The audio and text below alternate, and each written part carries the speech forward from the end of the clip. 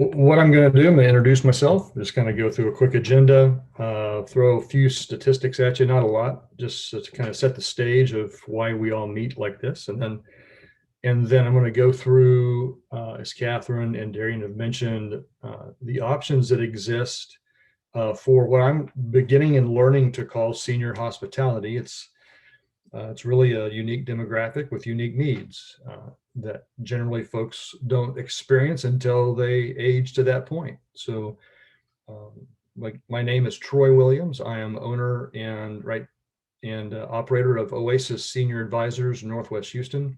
We are a national franchise, so I own a franchise here in the Houston area. I have not always been a certified senior advisor.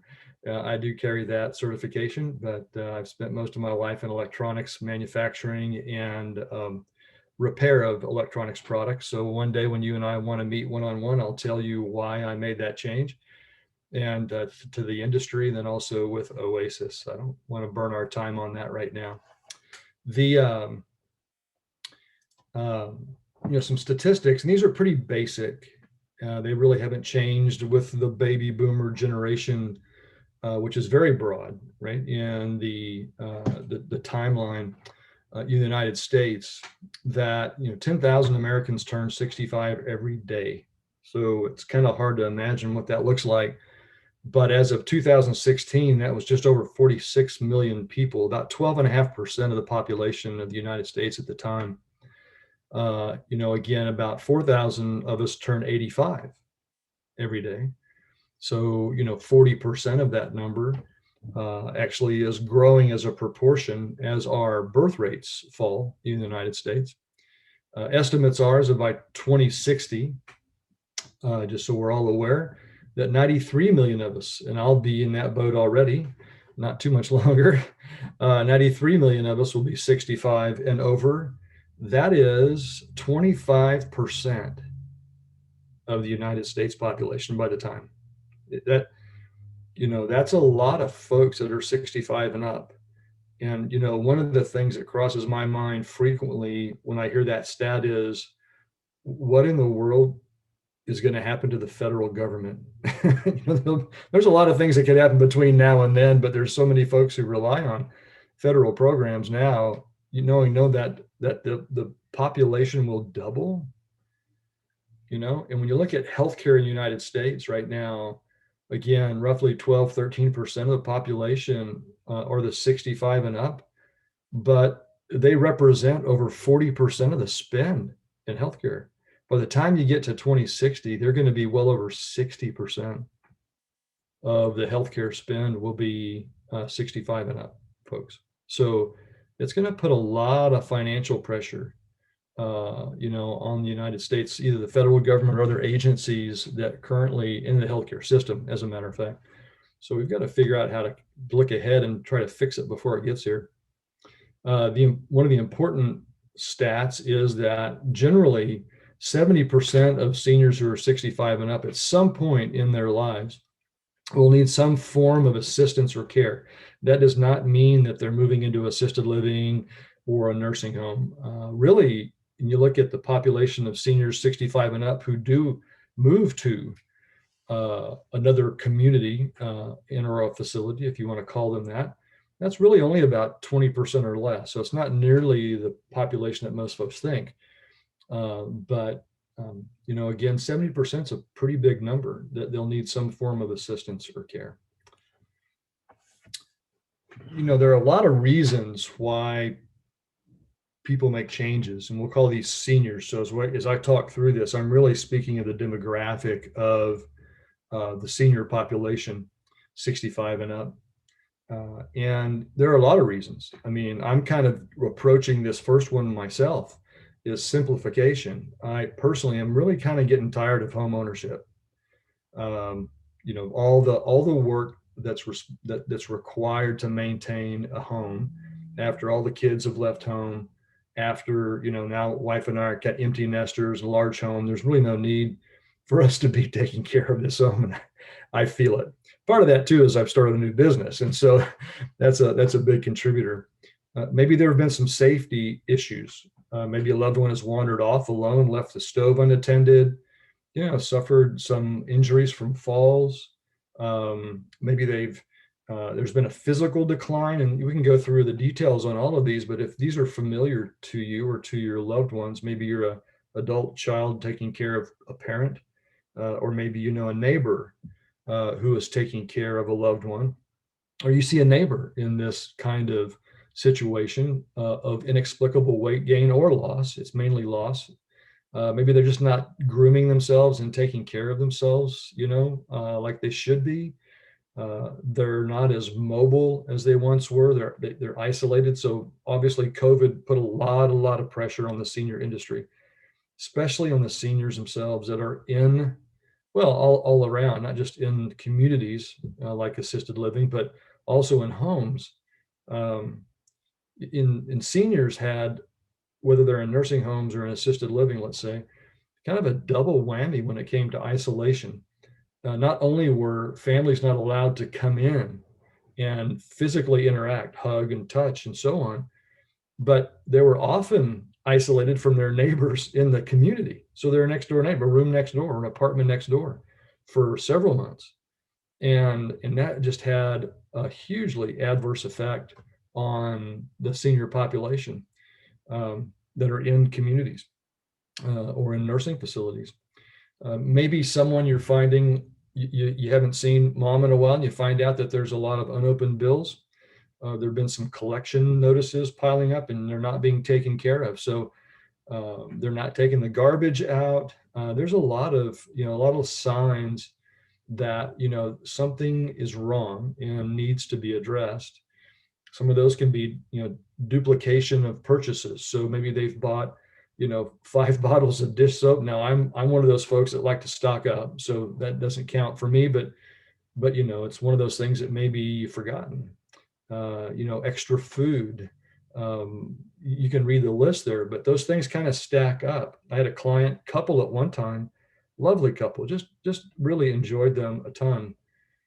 But every every flat surface in the home, and I promise you, when I say every, it was every countertop, every table, every piece of furniture, washer, dryer. If it weren't for the bed, it was about the only place that wasn't covered. They had papers, magazines.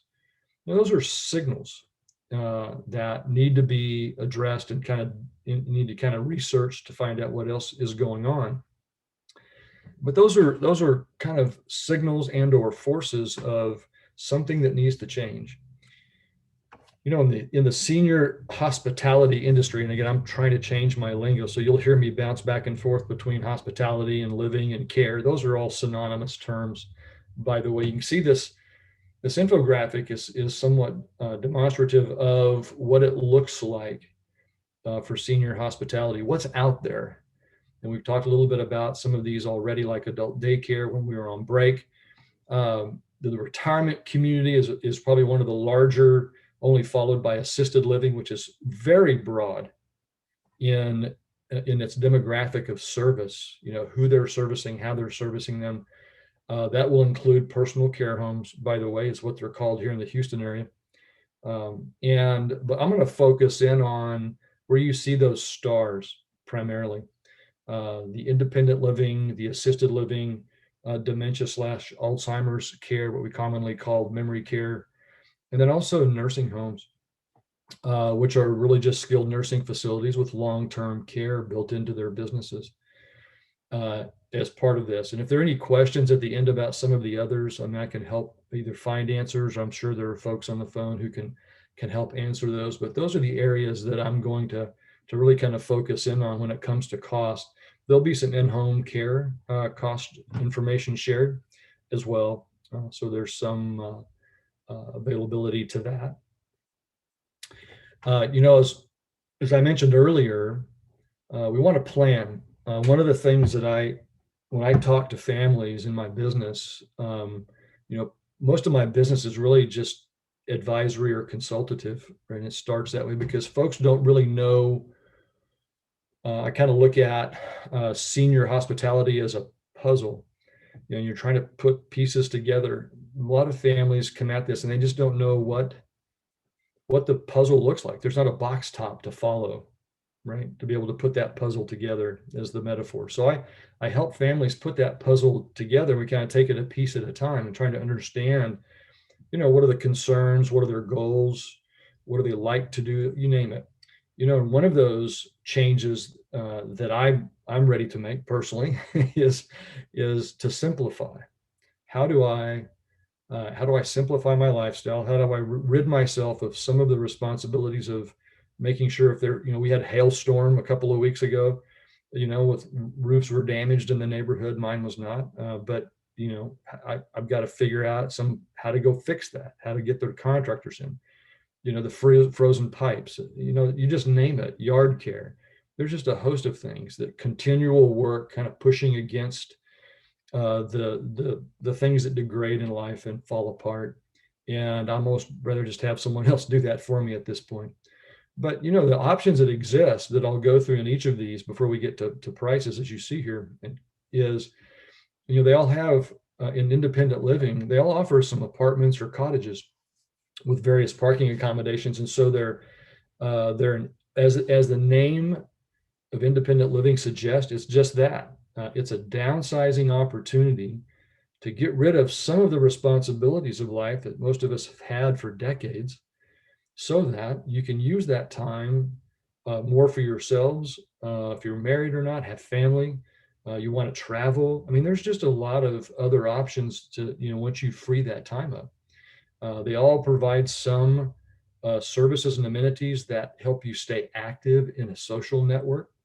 And you think of all of these places, right? Whether they're independent living community, assisted living community, for the most part, they're a new home. So you can kind of come and go that you want, especially in independent living, continue driving. I mean, if you're still driving, take vacations, all of that. It's just a new place to live. There is some safety oversight provided in independent living, and most of these are multi-level, kind of what we would call multi-family type developments, apartment style. And that safety oversight can take a number of forms. I've seen in some of the newer facilities,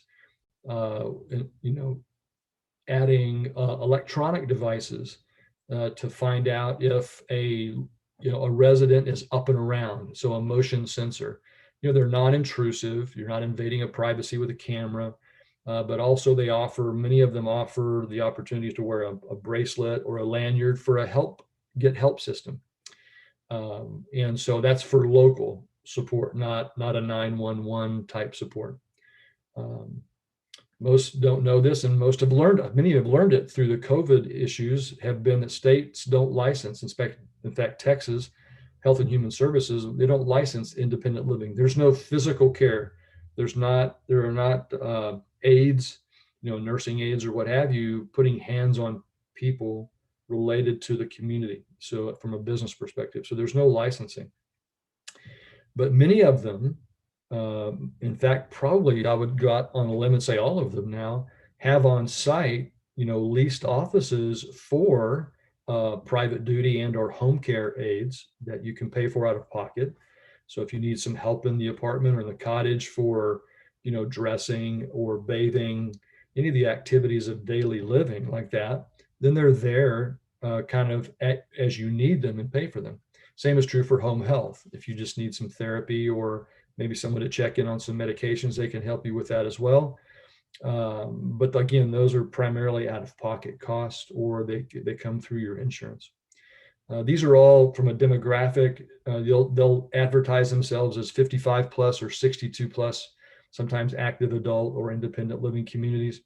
And again, they're just catering to a particular age demographic. I can tell you that is the very low end of the age spectrum. Most of those folks that I'm familiar with in the independent living communities, the average age is probably about 77 to 78. So if you go in at 55 or 62, you're the young kid on the block for sure. And in the greater Houston area, and this is according to Genworth plus some estimation that I had to do on my own here, but in 2020, the median cost for independent living was $2,894 a month. That includes a lot of things. That includes all this, obviously the apartment or the cottage, can include parking. Most of them don't offer laundry services, so you've got hookups and things like that in your apartments. But it'll be meal plans, groups, clubs, activities, pools and spas. Some have tennis courts. I mean, it just depends on the community. And the range can be, in my experience here in the greater Houston area, the range can be anywhere from, $1,100 a month for a limited meal plan, 2 meals a day, 5 days a week, as an example, all the way up to, over $4,500 to $5,000 a month, depending on the size of the apartment that you want and the kind of luxury level that the community offers in their amenities. And they also offer some transportation. So we'll get into some of those little items later as far as some of these services and amenities of each of these. And then for any independent living community, and it'll apply here on out to assisted living and memory care, there's a fee that's one-time non-refundable called a community fee. Some call it an entrance fee or a new resident fee, but they operate the same. It's an amount you put down to hold your apartment, and then they keep it. They don't return it over time. And they all use that money differently, and that's just something that exists and that people need to be prepared to pay and realize that. But that's independent living.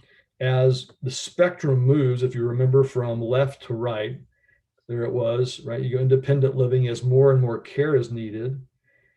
Then, oops, I'm going the wrong way. I'm sorry.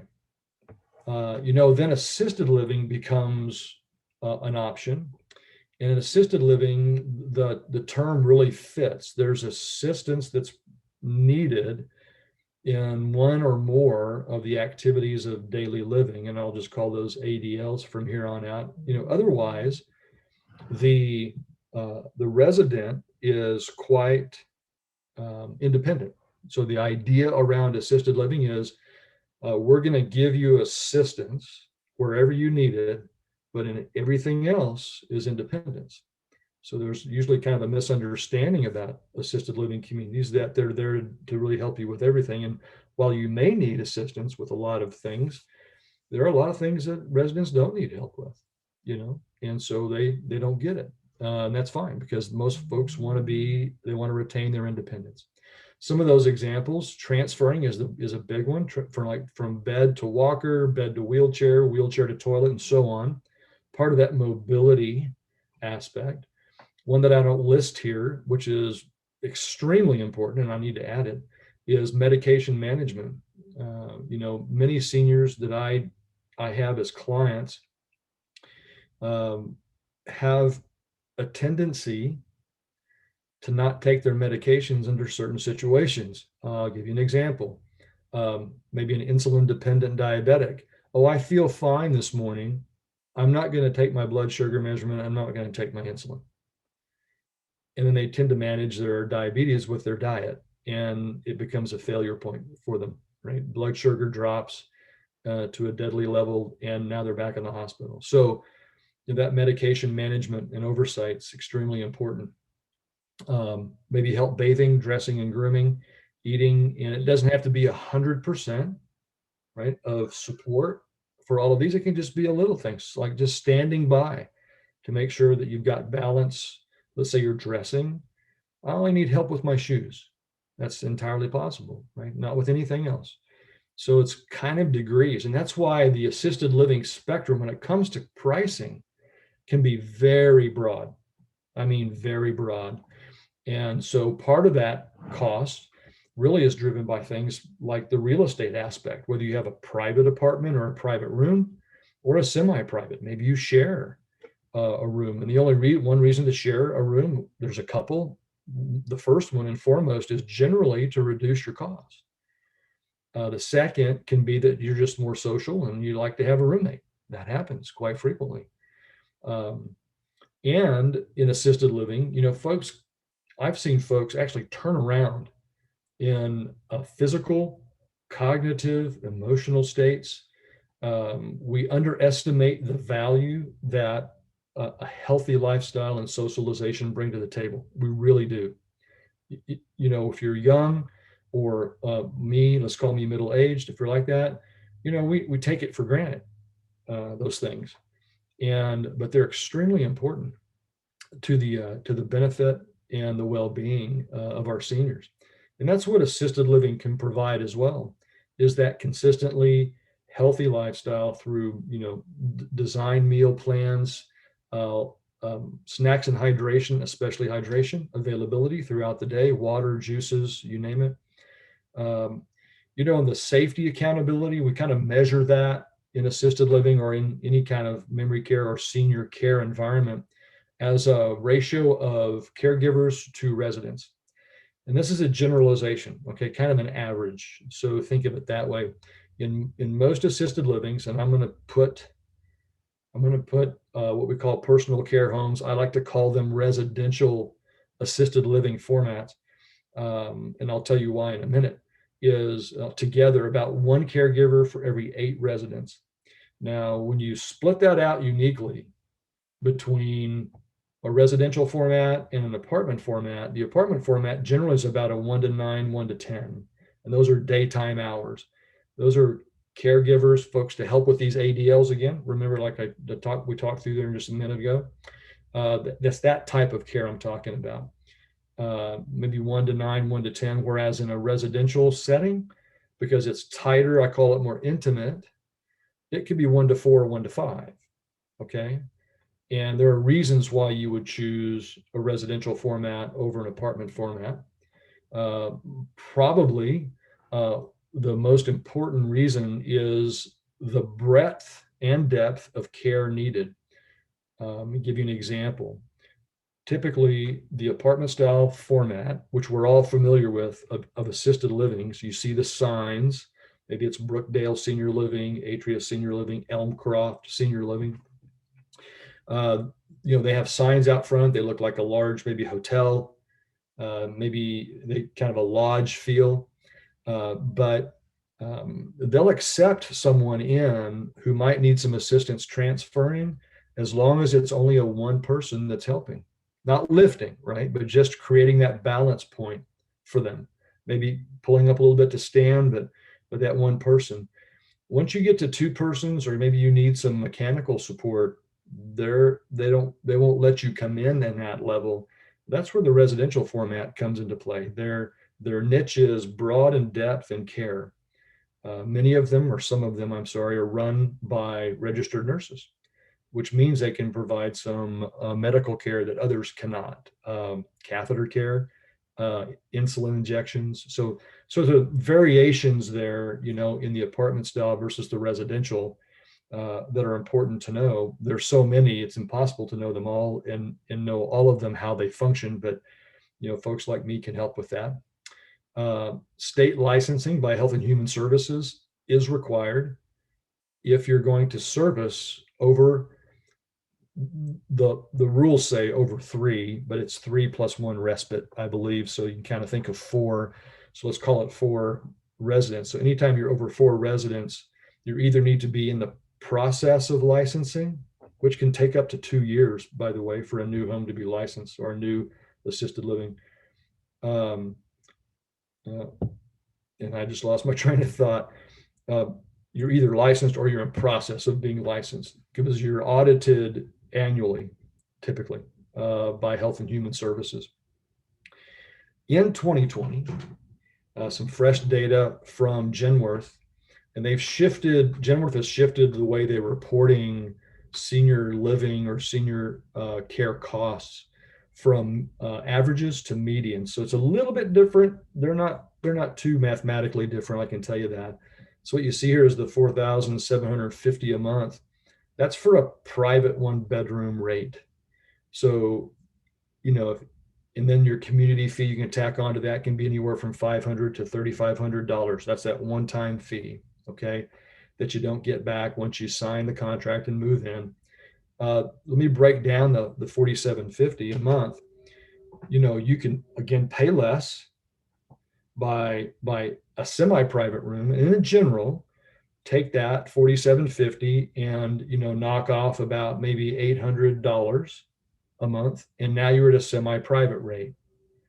Might be more, might be less, but on average it's probably around $800, maybe $900, okay, to go semi-private.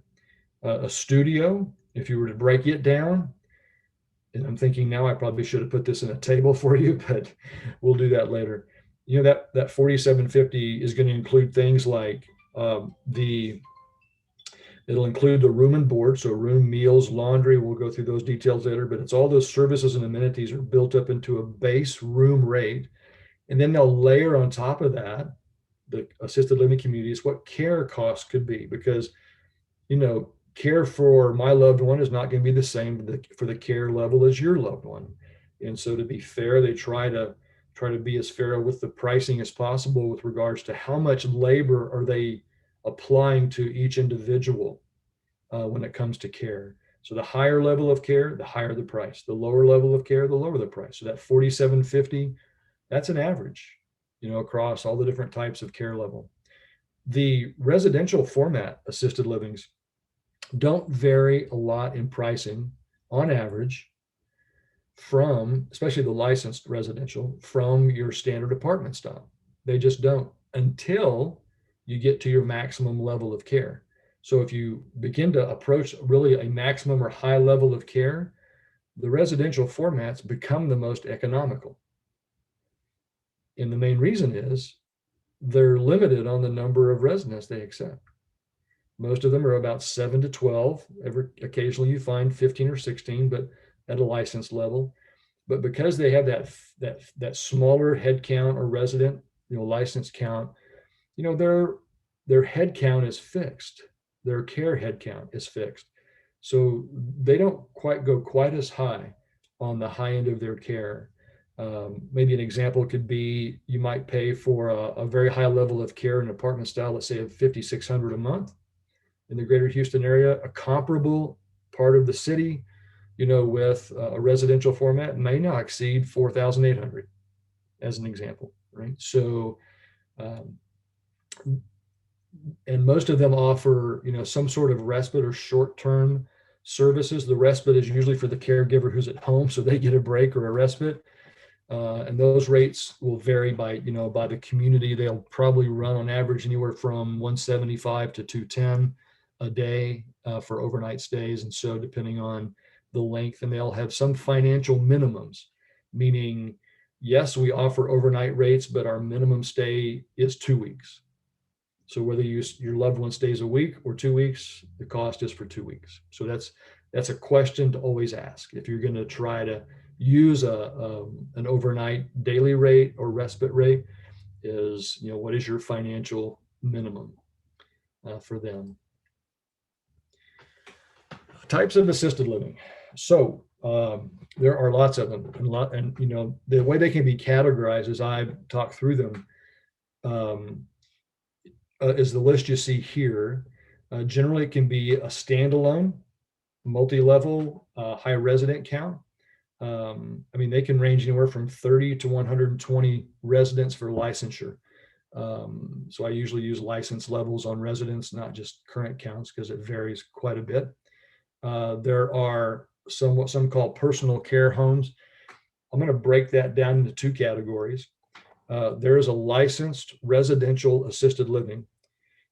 Those businesses have to follow or exceed the exact same health and safety and care requirements that an apartment style has to follow. They're no different.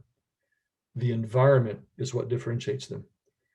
It can be a 30, like I said, a 30 to 120 resident count, whereas in the residential format, it can be anywhere from 4 to generally 10. Every now and then you find them to be up to 16. But and then there are an unlicensed version, and that's usually where I pull together, and I specifically think of personal care homes are the unlicensed ones. Either they're in process of being licensed or they never intend to be licensed, which is perfectly legal in the state of Texas, as long as you're serving 4 residents or less. Okay.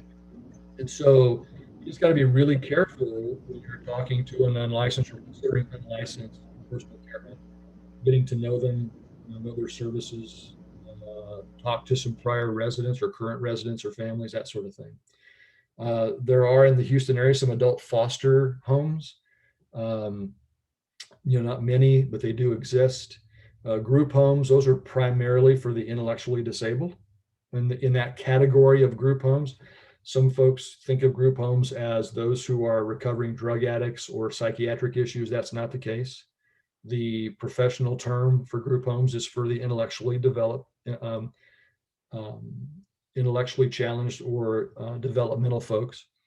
And then there's these continuing care retirement communities, CCRCs. We'll get into those here in a bit, but they're usually a very large property, multi-level service, high cost buy-in type of retirement community.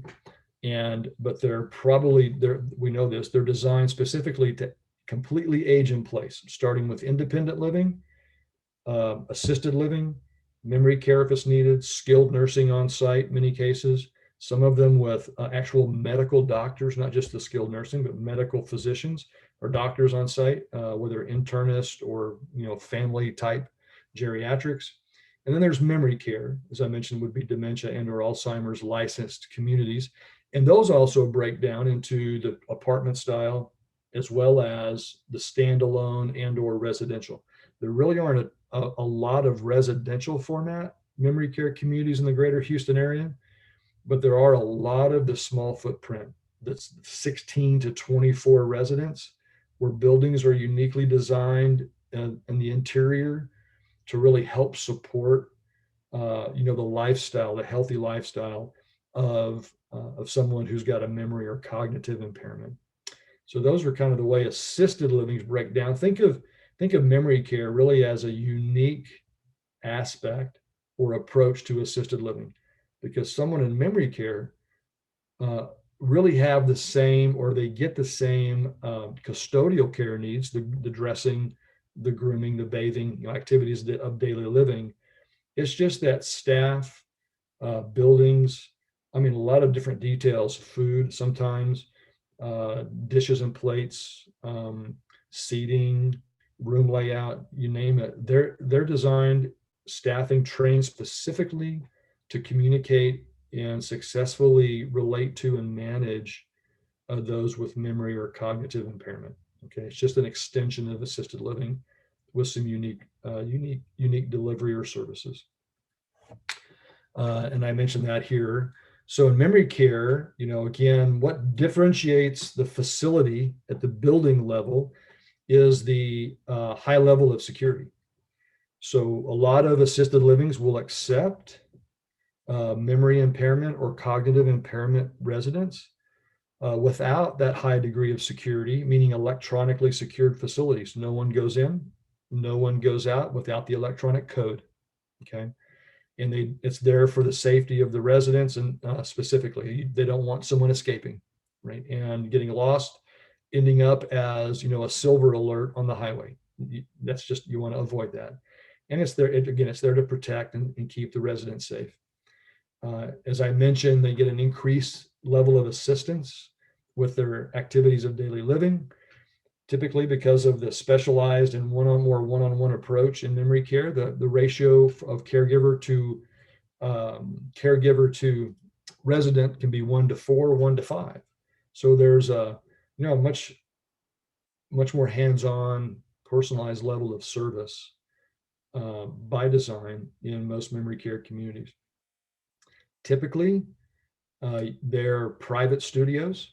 Every now and then you'll find a location that will do shared studios, maybe even a 1-bedroom. But very rarely do you get beyond a 1-bedroom in memory care. It's just too much space for one person, with the cognitive decline to deal with. And plus, in most memory care communities, staff have the residents, or they're out.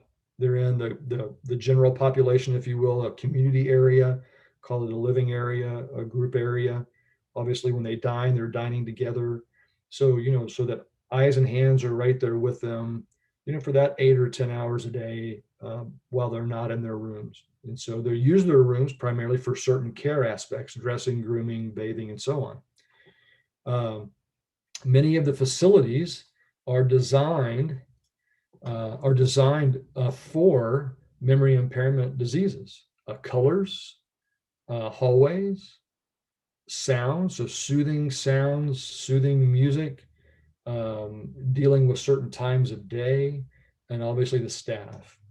You know, in the greater Houston area for 2020, again, according to the Genworth survey, the median cost for memory care in Houston was $6,050 a month. That is my experience as well. That's the average. Now, there's certainly those that are less, certainly those that are more. But, you know, there's about a 3 to 6% increase annually in really all the senior living communities. And so memory care specifically hasn't, you know, it's just high. Again, you see the same community fees that exist. I do know of licensed residential format, Alzheimer's licensed in the greater Houston area. There are just a handful of them that are lower in price, maybe the $4,000 mark. But certainly there are assisted livings that will accept cognitive decline residents, again, provided that the resident isn't what we call an elopement or exit risk, testing doors. You know, the anxiety that results from the cognitive impairment causes a lot of different symptoms. Some folks call them behaviors. I like to call them symptoms because they can't be controlled by the individual. And so that one of those is wandering. The walking is just a body's and a mind's natural response to how to deal with their anxiety. And so they'll test doors. And they may not want to escape because they think they're being held hostage. They may think that, but they may have memories that trigger that. I need to go to work. I have to pick up the kids. I'm going to the grocery store. I'm going to see my daughter. You just name it. And then once they're outside, you know, then you've lost the fox. And so that's why those residents are in the secure communities. But if there's not a risk of elopement and there's not really a risk of physical harm, sometimes men especially can become aggressive physically, then the secure community is not necessary, especially in the smaller footprints of assisted livings. Many of them can handle Alzheimer's or other memory impairment diseases, again, provided those criteria don't exist in the resident. And again, they mostly all offer some sort of respite or short-term stays, either daily or overnight. You just have to ask the questions. Similar pricing, generally about a $185 to about $225 a night, and some minimums. Okay. How am I doing on time, Darian? Am I doing okay? I think we're supposed to wrap this one up at about 11:45. Ooh-wee. Okay, I'll screw it. So we're going to move through this then, because I want some time for question and answer. So suffice it to say, when you look across the spectrum of independent assisted living and memory care, services and amenities are all very, very common. Pretty standard when it comes down to it. You know, independent living obviously has some gaps there because, you know, you're independent. So you're doing your own laundry, you're doing your own medication management, but by and large, they're very common. It's just the way they're delivered are different. Okay. You kind of see where the variations might occur, you know, just based on the orange check marks there. Skilled nursing, just real quickly, we call it skilled nursing. You know, the old day terms would have been nursing home, which is the long-term care aspect of the skilled nursing business. So every skilled nursing facility in general has a short-term part of their business. It's rehab. It's meant to be a transitional care, and then you're back to wherever you were living. Then there's also a long-term care aspect. That is the nursing home aspect. 24-hour medical care is there. You've got rotating doctor or two, nurses on staff. You know, the measurable level of quality here, a caregiver to resident ratio can be 1 to 15, 1 to 18. This is where most of the complaints around nursing homes come in. I push a button and it's 45 minutes or an hour before someone shows up. It's just the nature of the beast, okay? Private and semi-private accommodations are available unless you're Medicaid approved. Those are almost always semi-private. They are licensed and measured by the Centers for Medicare and Medicaid Services in Houston in 2020. The median cost for a semi-private room you see here was $56.27. So, about 1,000 more than assisted living. That's kind of how they all kind of progress out. A private room, if you're paying privately, is going to be $7,600 a month as of 2020 numbers. So pretty expensive because you're paying for doctors and nurses, right? A larger facility. So you've got some labor you're paying for that you may not always be immediately reaping the benefits of, but they're there should you need them. Continuing care, probably the key things to note here, that third bullet. So CCRCs cater to a financial demographic, generally high income or high asset families or individuals. And so they have very high deposit amounts. You can see they're anywhere from 150 to 370,000 has been my experience with them. But those figures act like long-term care policies. So if you come into a continuing care community in independent living, which is where they want you coming in at, then you're going to get a little lower monthly rate, for your apartment and all the services. And if you progress through assisted living, memory care, and so on, and you run out of personal funds, they will use that money to pay for the remainder of your care, and you never have to leave. So it acts just like a long-term care policy. If you ever leave, death or otherwise, you get some percentage of that back. If you come in through the back door, however, into assisted living or memory care without coming through independent living, then your monthly rates can be exceedingly high. And they do that on purpose. They want you coming in through independent living and paying the high deposit amounts. And so that's the way a CCRC works. You come in, you don't have to leave. And there are probably about a dozen in the greater Houston area that function in this manner. Just real quickly, if you've been through this before, it'll be repetitive, but how do you choose the right community? Well, there's some, maybe not in the right order here of priority, but there are really kind of three main puzzle pieces, I call it, for families. One is the care. What care or medical needs or physical needs are required? That's absolutely number one. Number two, generally drives the final decision as well, is budget. What can you afford to pay for long term? And the average stay, by the way, in assisted living is about 2.5 years. It's not very long, is what you'd think. Now, a lot of folks go beyond that, for sure. And I'm going to this.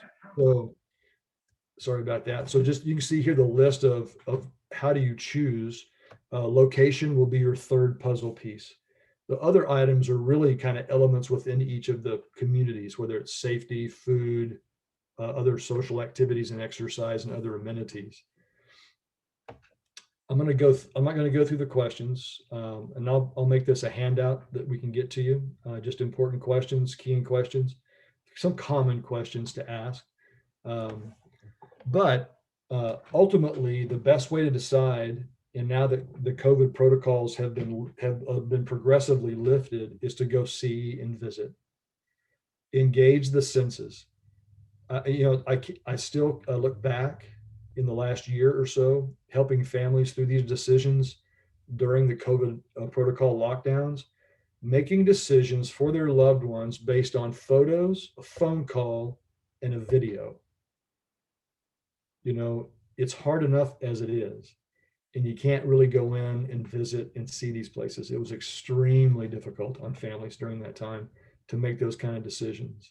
Go in, engage with residents, eat a meal, test the food, and then pick your move-in date and secure your apartment. Different funding sources. There are two types. There are asset protection sources. Those are the ones that, if you've got the disposable income and start early, long-term care insurance. And then, now some of the newer products are life insurance with long-term care riders. So you can convert your death benefit should you need to long-term care. Those are some really cool products, and they come through a lot of different companies. And then there's these what are called life settlements, a viatical life settlement. That's essentially selling a life insurance policy for cash. That's completely legal, but it's really all kind of based on your face value, what you've paid in, versus the death benefit. So you probably want a death benefit minimum of 50,000 before you even have a conversation about it. Higher would be better, so that you can maximize that benefit, take advantage of that death benefit early. Then there's the asset-based sources, and those are what you all kind of think of. And actually, that there's Social Security, and then there's supplemental security supplemental income, or social. It's part of the Social Security Administration. Those two. You can throw SSDI in that, Social Security Disability, which is just pulling forward your Social Security benefit because of a disability. Pensions that can come through military or a company, your checking, savings, whatever you've done, any investments you have. So all of the assets that you have that are liquid, or can be made liquid, any real estate, which can include your primary home, or any secondary real estate. And if you're a veteran and low income, aid in attendance can help pay or contribute to paying for assisted living, whether that's in a community setting or in a home setting. Can go either way. And then just to remind us all of one of the myths that are out there, Medicare doesn't pay for any cost for assisted living. Okay, so if someone asks or they mention it, gently correct them. Medicare is medical insurance. That's all it is. And so it really has no bearing on whether you're getting assisted living in the home or in a community somewhere. And as a summary, for what I've talked through, again, we won't go through all of these because we've hit them mostly already, but I'm going to bring you down here to the in-home care, right here. You can see that for 44 hours, this is the way Genworth measures it. You're kind of trying to get to some financial apples to apples. You go 44 hours a week in the Houston area at about $22 an hour. That's about $4,300 a month. So it really gets to be very close to the assisted living cost, for a community where in assisted living, your loved one would be receiving 24/7 care, right? Whereas at home with that 44 hours a week, that's roughly 6 hours a day, right? 6.5, 6.25, something like that. What do you do for the other 18 hours? That's the risk. So, if you're at a point of trying to make a decision, or you're approaching that point of making a decision of bringing care into the home, which is paying out of pocket, and you're not dealing with Medicaid, that's a totally different discussion for funding, is when you get to that 6-hour mark, depending on the risks that are available or maybe exist, like falls, a cognitive decline, increasing weakness, fragility, really should be considering assisted living. And then there are the adult day health services. Roy, Average are I about hate to break in, but we've got to shut this off. You will be in the conversation circle. So Troy will be in the conversation circle to continue this conversation. But we do have to open it up now for both of our conversation circles. I'm sorry, Troy. No, I was done. That's fine. Okay.